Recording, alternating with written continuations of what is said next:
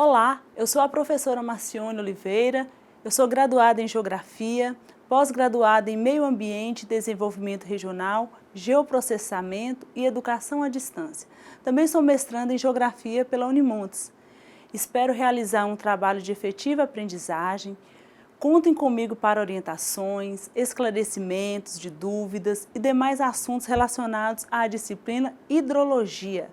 Vamos começar? Bem, a água como fonte de vida.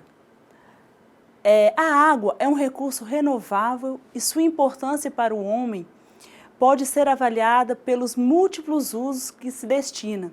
Indispensável como garantia de sobrevivência de espécies através de consumo direto, constitui ainda um relevante suporte fundamental para o desenvolvimento econômico e social da humanidade.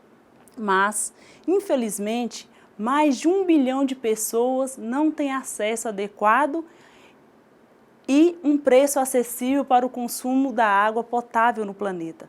Além disso, cerca de 2,5 bilhões de pessoas no mundo não dispõem sequer de qualquer tipo de saneamento e tratamento da água. Como nos diz acima, a água é vida e sua ausência significa doença e morte.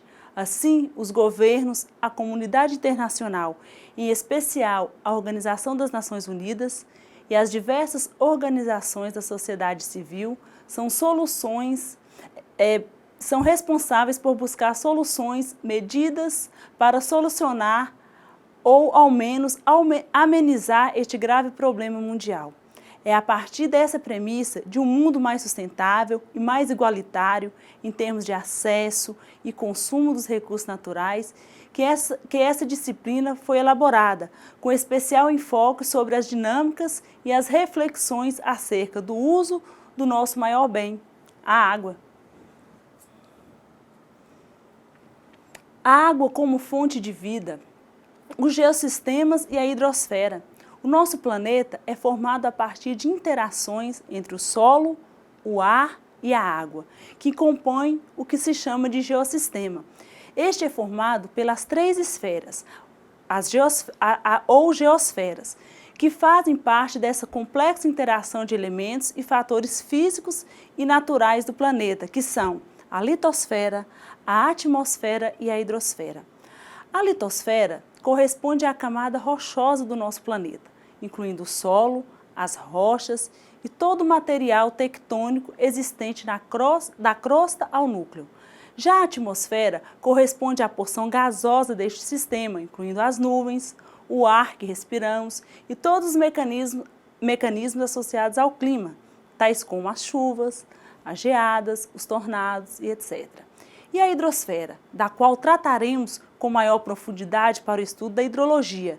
Ela corresponde à parte líquida do planeta, compreendendo os oceanos, as geleiras, os rios, os lagos, as águas subterrâneas e o próprio vapor da água existente na atmosfera. Da combinação entre essas se origina a esfera da vida ou biosfera, que, como o próprio nome diz, se relaciona à formação da vida na Terra. Isto é, abrange a formação das plantas e dos animais, incluindo o próprio homem. Furlan e Conte, eles dizem que a biosfera pode ser vista como a área da crosta terrestre na qual as radiações cósmicas são transformadas em energia elétrica, química, mecânica e térmica. Todas essas energias consideradas eficazes para a vida. A hidrologia e suas aplicações. Vejamos, o estudo da água e da hidrologia, enquanto ciência, se originou muito antigamente, sendo que nessa história se confunde com a história da civilização. Em especial, tem-se em vista que a ocupação geográfica está intimamente associada aos recursos hídricos, a exemplo do rio Nilo, também conhecido como berço da civilização. Deste modo, grandes concentrações humanas se fixaram nas margens dos rios e vales em busca de abastecimento de água para consumo direto, irrigação e transporte fluvial ou navegação. No Brasil, assim como no restante do mundo, a colonização se relaciona com a exploração dos recursos. dos recursos hídricos.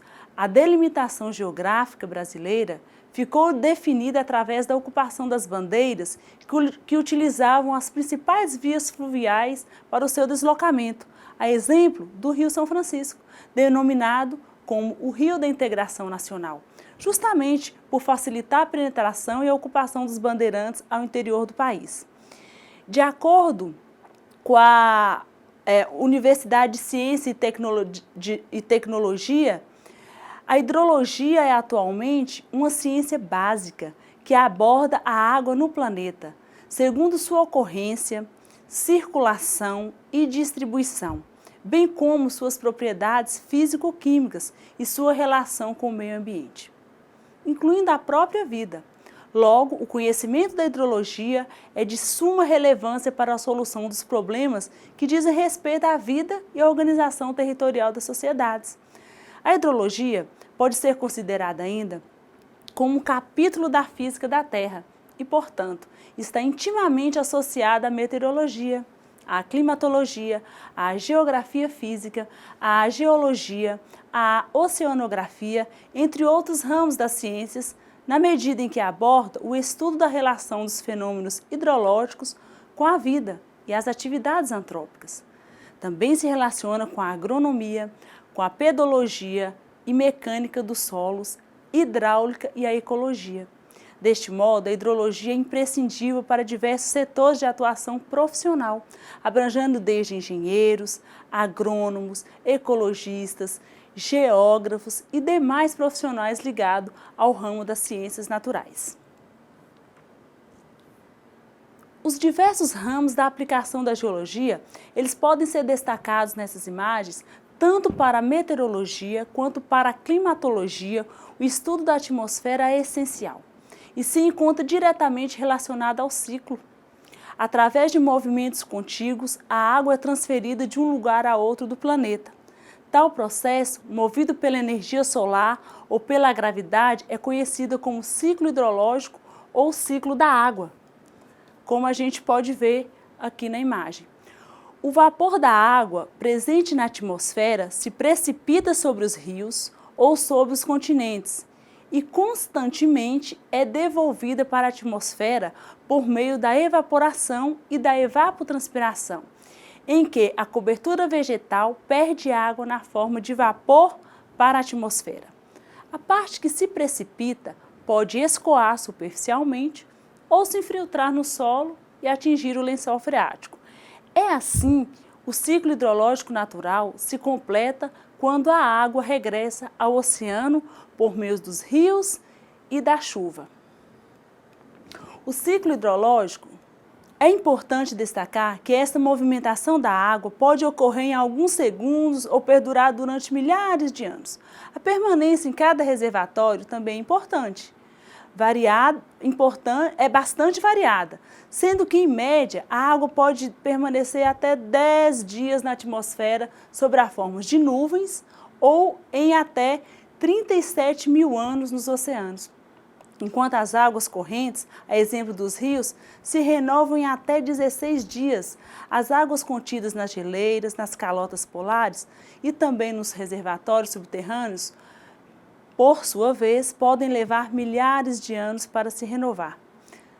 No campo da meteorologia, a hidrogeologia é um dos ramos mais associados à hidrologia, na medida em que estuda as fontes de umidade atmosférica e o seu transporte, desde as áreas de origem até a precipitação. Assim, a hidrologia de um lugar é fortemente influenciada pelas características físicas de cada região, ou seja, a posição em relação aos oceanos e mares, a presença de montanhas e cadeias orográficas que se possam interferir nos índices de precipitação. Os fortes declives e a presença de terrenos íngremes que possibilitam rápidos escoamentos superficiais e contribuem para os deslizamentos de terra. Áreas de depressões e lagos ou baixadas capazes de retardar ou armazenar o deflúvio, etc. Alguns conceitos são necessários para o entendimento da hidrologia. Assim, vejamos. O ciclo hidrológico pode ser visto como um sistema hidrológico fechado, pois a quantidade total da água existente em nosso planeta é constante. A bacia hidrográfica é comum o estudo do ciclo pelos hidrólogos de subsistemas denominados de bacia hidrográfica. Por ser de interesse prático, a bacia hidrográfica é um subsistema aberto, pois nem toda a água evaporada sobre ela precipita sobre ela mesma, gerando uma variação de armazenamento, o chamado balanço hídrico. Assim, o balanço hídrico aplicado às bacias hidrográficas deve considerar essa variação de armazenamento. A figura mostra as divisões da bacia hidrográfica, o rio principal, os afluentes, os subafluentes, a confluência, o interflúvio, o escoamento superficial, demonstrando uma organização na entrada e na saída da água. O esquema mostra o balanço hídrico, ou seja, a quantidade de água que em determinado sistema tem seu equacionamento na entrada, armazenamento e saída. Temos a equação do balanço hídrico seguinte: P menos IT menos E menos T menos I menos Q menos ΔS é igual a zero. Vejamos, onde P é a precipitação sobre a bacia, IT é a interceptação, E é a evaporação, I, infiltração, Q, escoamento, ΔS, variação de armazenamento. A equação acima é aplicável em qualquer escala espacial, bacia de qualquer tamanho na escala temporal, hora, dia, mês, ano. A equação é ajustada conforme a ocorrência do processo. Vejamos que a distribuição da água no planeta, de acordo com o Ministério do Meio Ambiente em 2005, a água é um bem essencial para o ser humano, de modo que a saúde, a qualidade de vida da população dependem diretamente do acesso a este recurso, tanto em quantidade suficiente quanto em boa qualidade. É para a manutenção da qualidade da água, o manejo do solo e dos recursos hídricos é essencial. A imagem mostra como ocorre a distribuição da água no oceano. Vejamos que 97,4% da água doce e 2,6% do total de água existente no planeta, 97,5% vai encontrar-se nos oceanos e mares, sendo, portanto, fonte de água salgada, imprópria para o consumo e uso direto das plantas, animais e para o próprio homem. Dos 2,5% restantes, tem-se a quantidade de água doce disponível para o planeta, sendo que a maior parte está retida em geleiras, ou seja, 68,7%, e também no subsolo, 30,1%.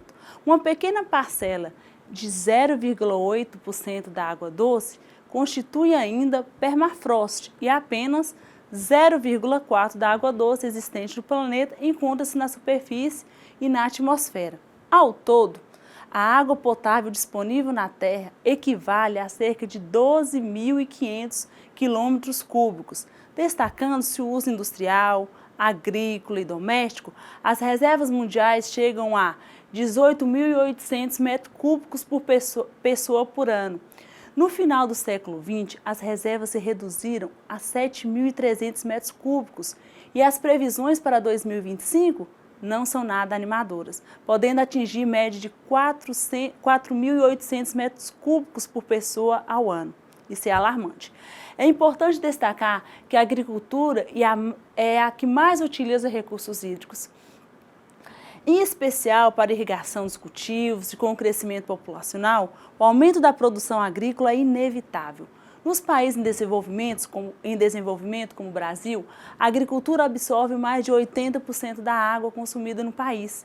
Segundo dados do Relatório do Desenvolvimento de 2006, elaborado pela Organização das Nações Unidas, são necessários aproximadamente 70% a mais de água para produzir alimentos do que abastecer e suprir as necessidades domésticas de uma família. No mundo, estima-se que 15% das terras cultivadas sejam irrigadas.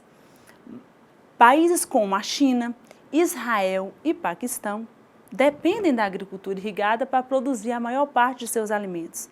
Assim como as principais áreas de fruticultura no mundo, como o Vale Central da Califórnia, a irrigação, na maioria dos países, apresenta elevadas taxas de desperdício, pois se baseia em técnicas de pouco eficazes. O método da irrigação por gravidade, por exemplo, perde cerca de 50% da água por evaporação.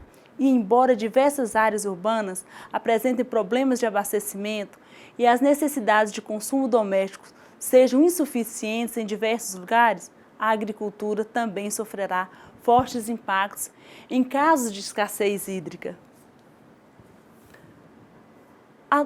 A distribuição da água. Atualmente, cerca de 70% da água doce no planeta é utilizada na agricultura. Mas, segundo o Conselho Mundial de Água, no ano 2025 serão necessários mais 17% desse recurso para alimentar o mundo. Em termos regionais, a Europa é o continente que mais consome água no setor industrial e a Oceania consome no setor doméstico, cerca de 8%. Pela observação da anterior, é possível notar que as diferenças quanto ao consumo de água em algumas localidades são extremas. Segundo a Unicef, o Fundo das Nações Unidas para a Infância, apenas a metade da população mundial tem acesso à água. Ao todo, a água potável disponível na Terra equivale a cerca de 12.500 quilômetros cúbicos. Descontando-se o uso industrial, agrícola e doméstico, as reservas mundiais chegam a 18.800 metros cúbicos por pessoa ano. No final do século, as reservas se reduziram a 7.300 metros cúbicos e as previsões para 2025 não são animadoras e devem atingir a média de 4.800 metros cúbicos por pessoa. É importante destacar que a agricultura é a que mais utiliza os recursos hídricos, em especial para irrigação e cultivos. E com o crescimento populacional, o aumento da produção agrícola é inevitável. Nos países em desenvolvimento, a agricultura absorve mais de 80% da água. Segundo o relatório humano de 2006, elaborado pela ONU, são necessários aproximadamente mais de 70% da água para produzir alimentos e para abastecer e suprir as necessidades domésticas de uma família. A imagem demonstra como o consumo da água é distribuído por atividade, em destaque para a agricultura, 69%, e indústria, 21%, seguida ao consumo doméstico, 10%. Lençol freático é a camada de água subterrânea, situada sobre o terreno ou rocha impermeável. A hidrometeorologia é o ramo das ciências atmosféricas, tais como a meteorologia e a hidrologia, que estuda a transferência de água e energia entre a superfície e a atmosfera. Já o deflúvio, ele corresponde ao volume de água que escoa na superfície de uma determinada área, devido à ocorrência de uma chuva torrencial sobre esta eutrofização. A eutrofização é o processo que consiste no aumento da quantidade de nutrientes na água, em especial o azoto e o fósforo, permitindo o crescimento desequilibrado de determinadas espécies vegetais com efeitos muito negativos para o ecossistema e para a qualidade da água. O permafrost, que é a camada congelada de solo nas regiões árticas. O mapa demonstra a distribuição da água pelo planeta na relação oceano-continente, sendo o continente asiático e o Oceano Pacífico com maiores quantidades de água. Assim como retratada na figura, a água é um bem essencial para a manutenção da vida no planeta, tanto para o homem quanto para a biodiversidade terrestre. E para que ela não nos falte, são necessárias mudanças significativas no modo como ainda a utilizamos e a usufruímos.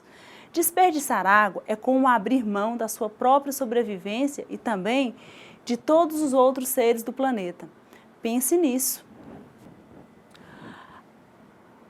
E ainda de acordo com o Banco Mundial, cerca de 80% das pessoas no mundo poderão entrar em conflito pelo acesso e uso do recurso natural, a água, que apesar de renovável, existe a ameaça de se esgotar. São chamados hidroconflitos. Segundo dados da ONU, apenas 6 países, Brasil, Rússia, Canadá, Indonésia, China e Colômbia, detêm metade do suprimento renovável total de água doce disponível no planeta, enquanto o Canadá possui 92 mil metros cúbicos de água por habitante. Países como a Jordânia e Israel possuem somente 138 e 124 metros cúbicos de água, respectivamente.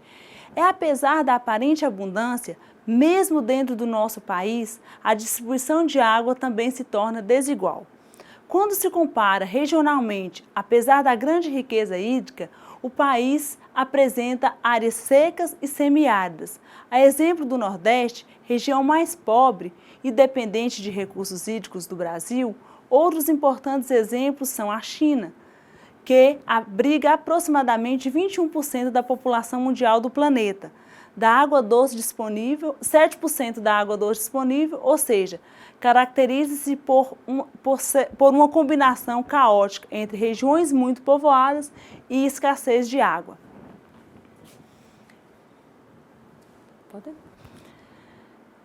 Como vimos, a definição de hidrologia, a hidrologia é a ciência que trata da água na Terra, sua ocorrência, circulação, distribuição espacial, suas propriedades físicas e químicas e sua relação com o ambiente, inclusive com os seres vivos. Em outras palavras, é a ciência que estuda a água presente na superfície terrestre, no solo e no subsolo, sob diversas formas: chuva, neve, rios e lagos, águas subterrâneas, calotas polares e que são susceptíveis de aproveitamento pelo homem.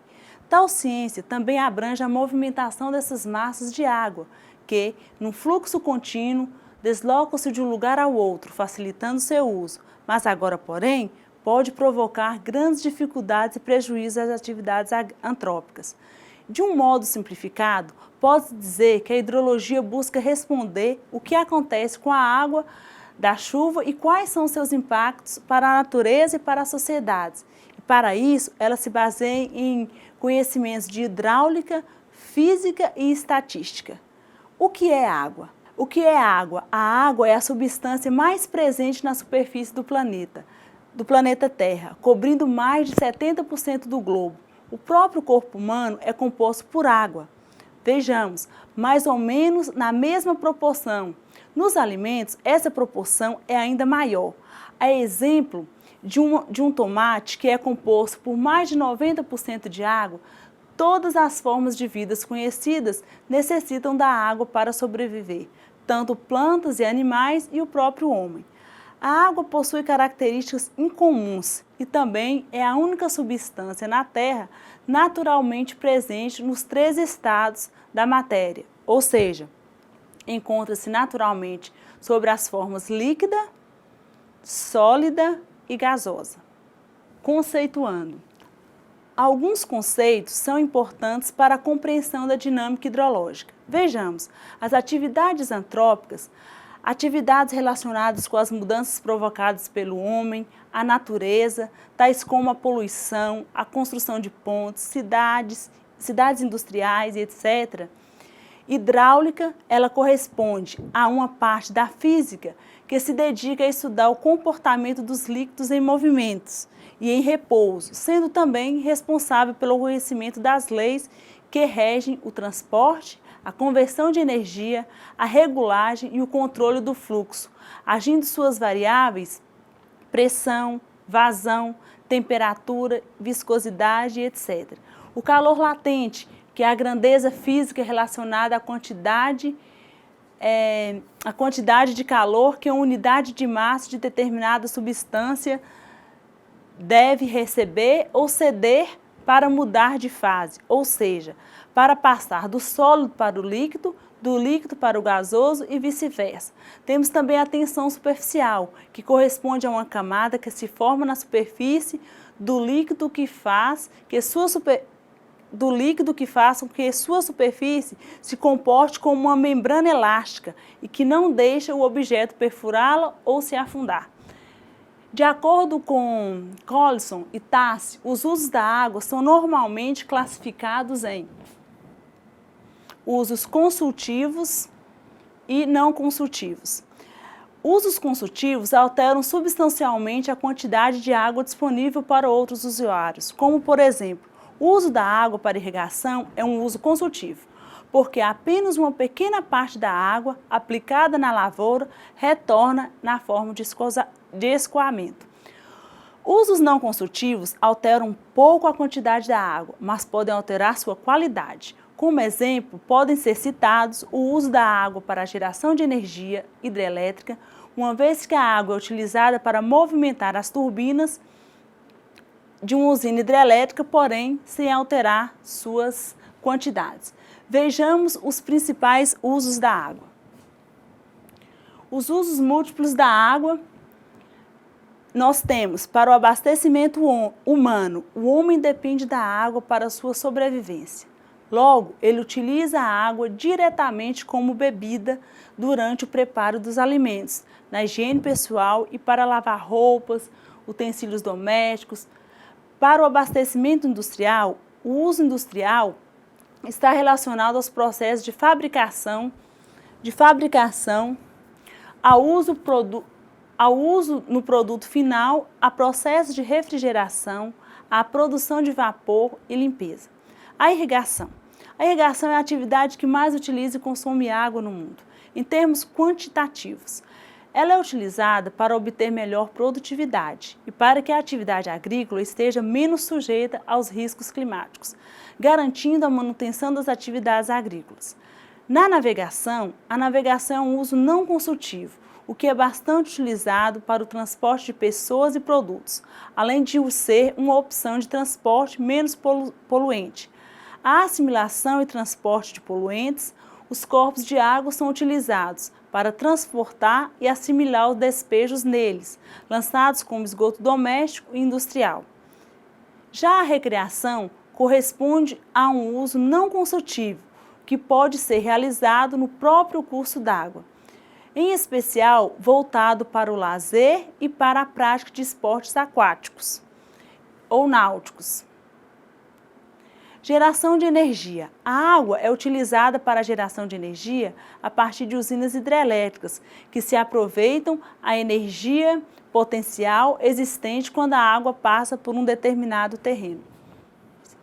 A imagem salienta as diversas formas de utilização da água no ambiente doméstico e na irrigação, na indústria, geração de energia e no abastecimento de animais, na pesca e nas residências.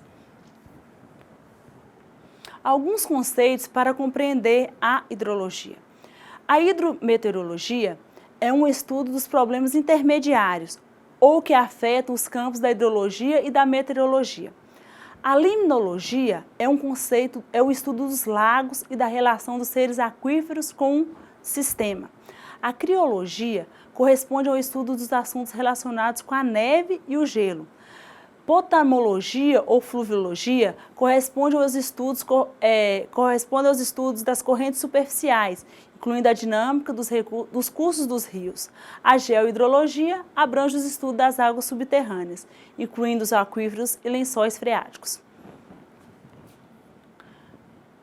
Segundo Walter Coulson, Routinet e Tassi, a humanidade tem se ocupado com a água segundo suas necessidades, construindo canais, diques, barragens, condutos subterrâneos, poços, arquedutos, redes e distribuição de água, sistema de irrigação, eclusas, estações de tratamento de água, reservatórios, obras de delimitação de planícies, de inundação, obras de defesa de drenagem, tanto nas áreas urbanas como rurais. Como mencionado anteriormente, entre os principais usos humanos da água, temos o abastecimento humano, a irrigação, a dessedentação de animais, a geração de energia elétrica, a navegação, a diluição de efluentes e tratamento de esgoto, além da pesca, da recreação, do paisagismo. Deste modo, a racionalização do uso da água é inevitável e urgente. Isso porque serão mais pessoas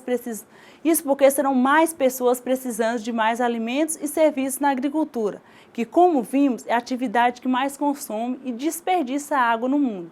Assim, técnicas de reaproveitamento e reuso da água se tornam constantes, a exemplo da instalação de estações de tratamento de esgoto e de extração de tratamento de água.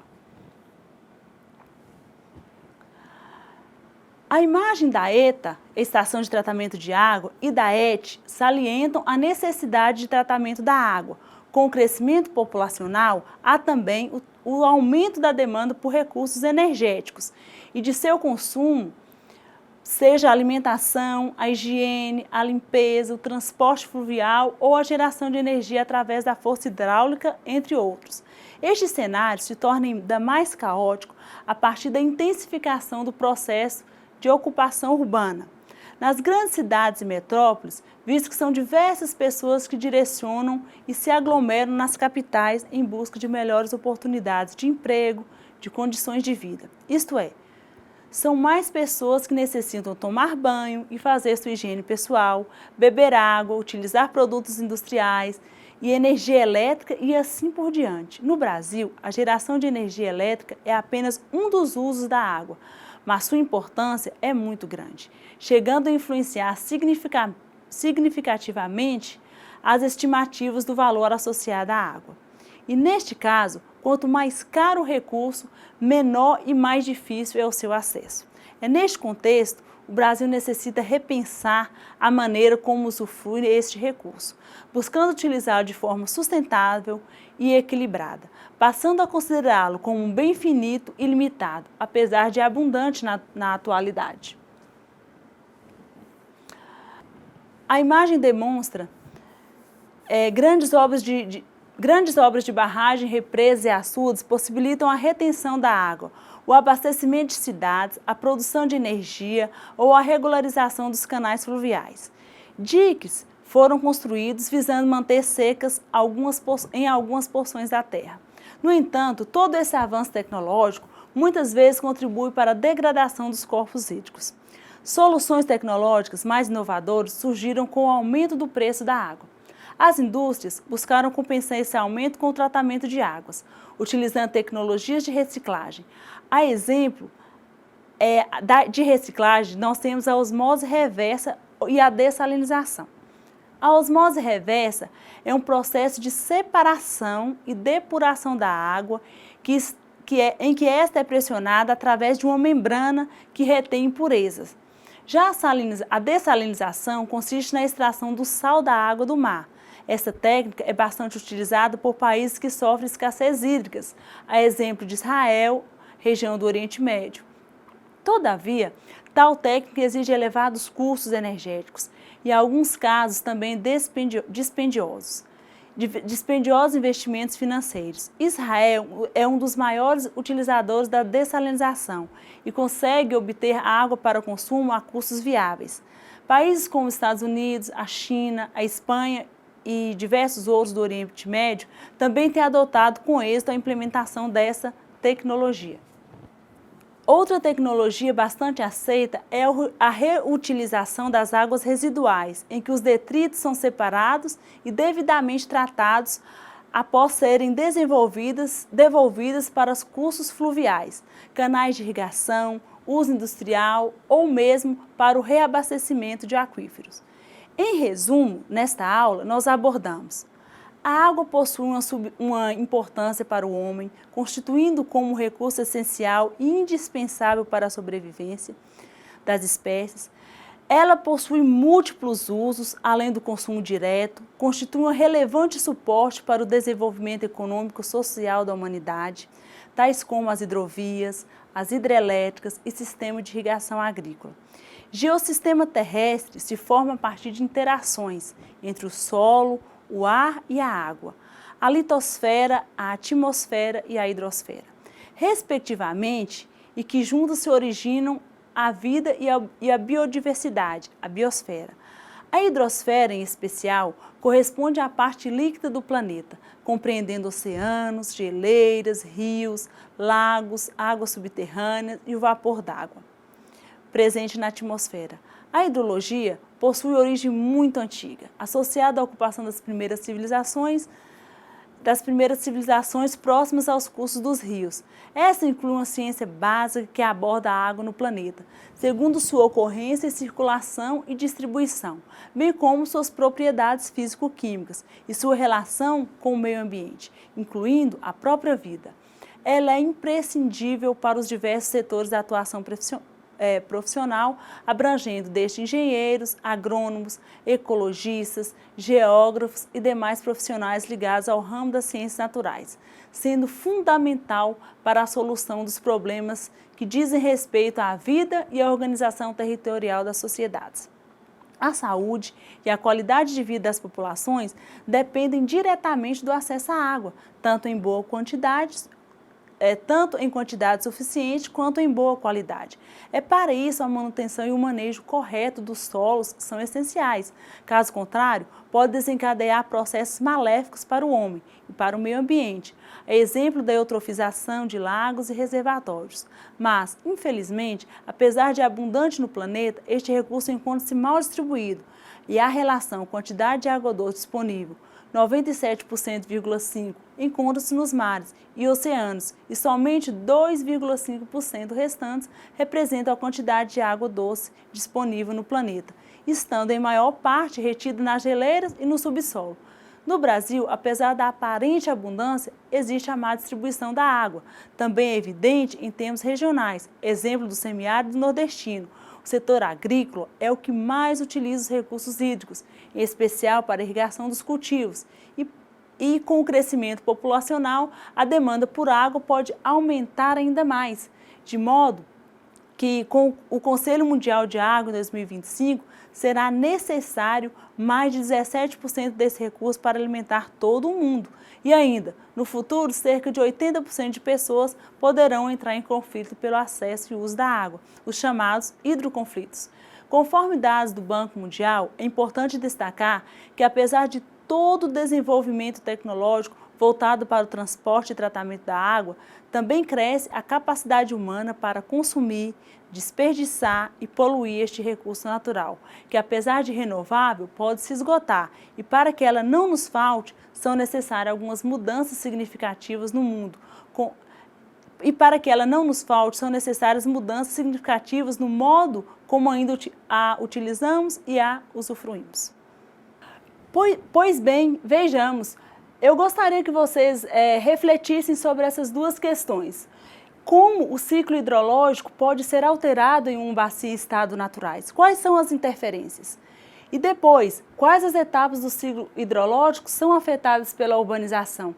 Pense nisso para a gente discutir na próxima aula. Pois bem, terminamos a nossa primeira aula em hidrologia e na próxima aula continuamos a dar sequência nesse conteúdo e mais informações sobre o ciclo hidrológico e sobre as interferências antrópicas. Até breve!